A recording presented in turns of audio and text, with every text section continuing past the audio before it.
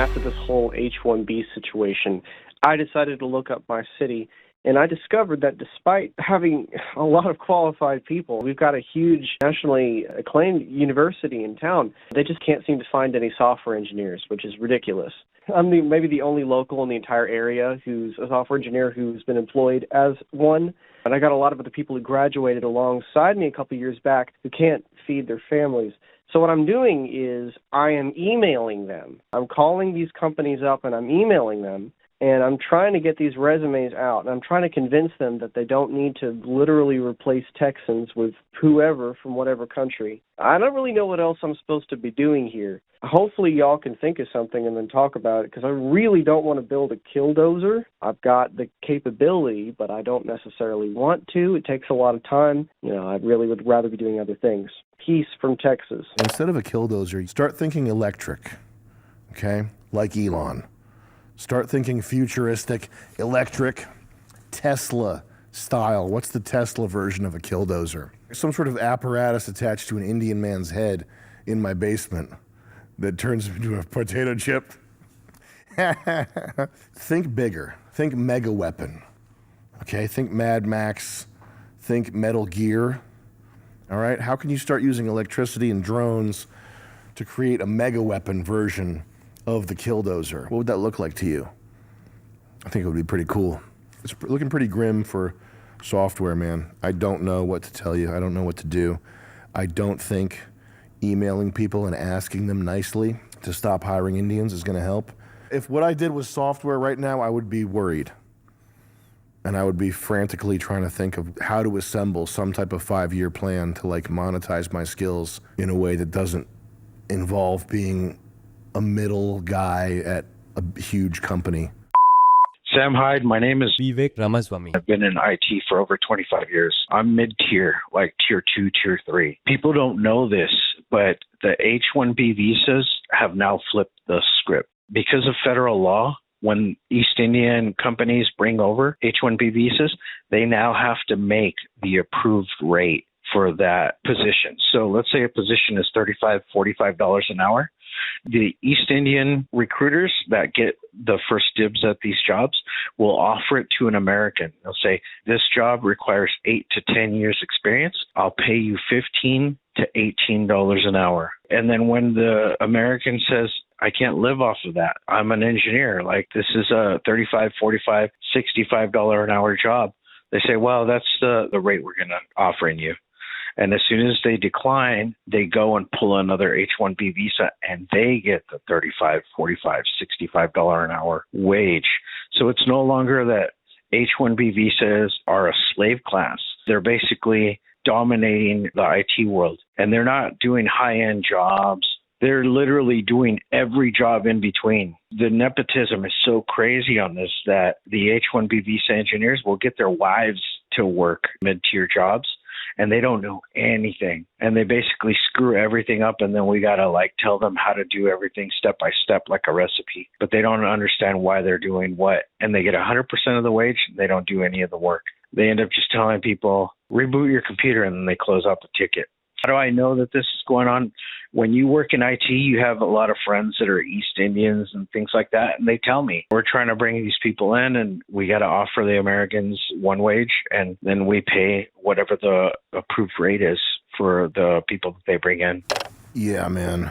I'm still sort of flabbergasted over the Elon and the Vivek Twitter thing, where they are proposing that this basically of America is somehow related to kids who practiced the piano more as children and didn't. The most the gayest part of the whole thing that Vivek did was he said we need more movies like Whiplash. Vivek suggested we need more movies like Whiplash.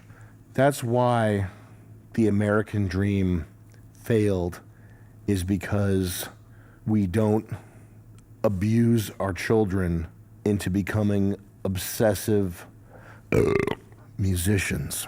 This is more plundering, pillaging. It's the rape of America continued. It's hitting the tech sector for the first time that's publicly visible, at least to me. I don't know. Is there any way to fight back? Could these software guys do a class action lawsuit? Is the racial nepotism provable? Is the racism in the hiring process provable? I mean, what did Cognizant pay? They did prove that there was racism in the hiring process with Cognizant. We're watching our future slip away. It's hard to see a way forward that doesn't involve voting. Hey, Sam. I just quit and moved out of Microsoft after being there for 10 years. One time in the Redmond campus at Microsoft, I was there with my two friends at a Indian buffet, and I see these people come in, a whole family, and I was happy that they were there, good for them, whatever. And they start, like, scooping shit up with their hands, no utensils or anything like that, and I'm like, cultural difference or whatever. Looking back at it, both of those friends lost their job, and they were replaced by those type of people. I sound like a fucking racist asshole. I'm not trying to be. What I'm trying to say is, like, that's not America. I'm America. Those two friends were America. You were spot on, man. And I'm just a little irritated with what the fuck's going on.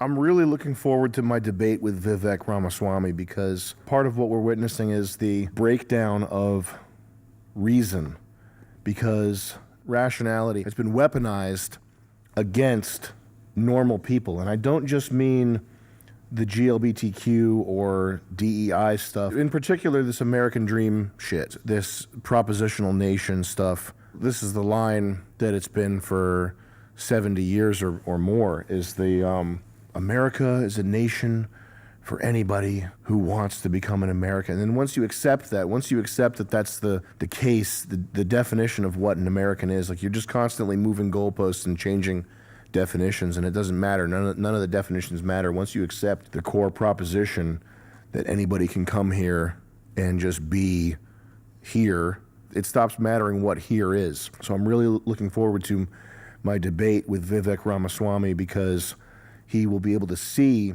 in person that all the words, all the rational arguments, and the paragraphs about what an American is, and the paragraphs about how anybody with a dream can do anything and become anything, he'll see in person that I don't care about what an Indian says. I'm not willing to have a discussion about the definition of what an American is. I'm not interested in hearing somebody else's proposal for what an American is. Everybody knows what an American is.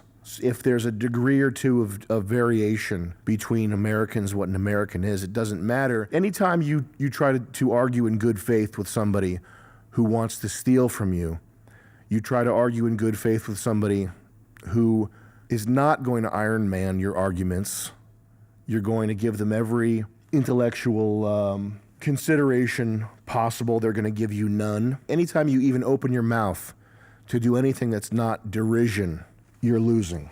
You're accepting their proposition that what you know, the same way you know that the sky is blue, what an American is, when you accept that your knowledge of that can be affected by somebody's paragraph, you're already losing. So these people, when they come to you, when you see them, the only thing you should have to say to them is, hey, that's it. That's all you need to say. You don't need to say anything else. Within your community, within your Discord, within your friend group, whatever, you can have whatever discussion you want.